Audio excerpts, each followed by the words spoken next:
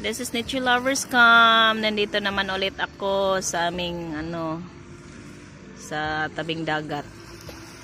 Kasi yung bahay namin malapit lang, madali lang ako makapunta dito. Kung gusto kong mag-relax while watching the sunset.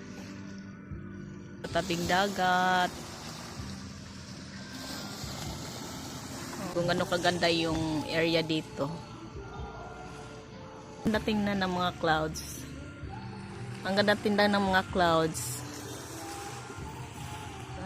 Ano mga komento yun dyan? Kaya dito, palagi akong pumunta dito kasi parang ang dami mong maiisip. Makapag-iisip ka talaga ng ng maganda. This is Nature Lovers Cam. Thank you for watching. Please subscribe my channel. Thank you everyone.